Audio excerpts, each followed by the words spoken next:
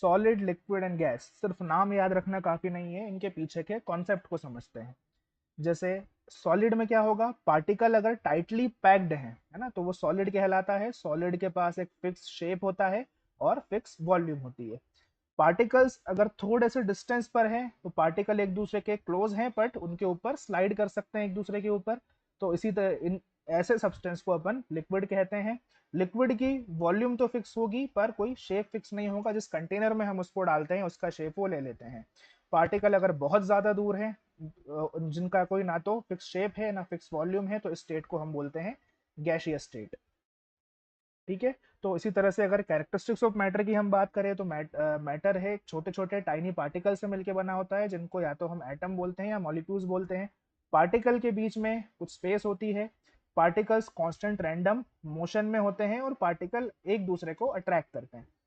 सो आगे बढ़ते हैं। अगर मान लो सॉलिड हीट एब्जॉर्ब करके डायरेक्टली कन्वर्ट हो रहा है लिक्विड में, तो इस फिनोमेना को हम मेल्टिंग बोलते हैं।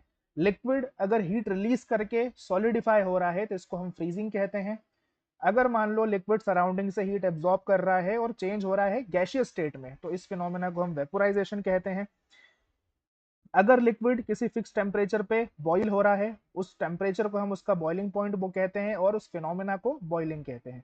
लिक्विड की सरफेस अगर हीट अप हो रही है और सरफेस के मॉलिक्यूल चेंज हो रहे हैं वेपर में, तो इस फिनोमेना को हम इवेपोरेशन कहते हैं।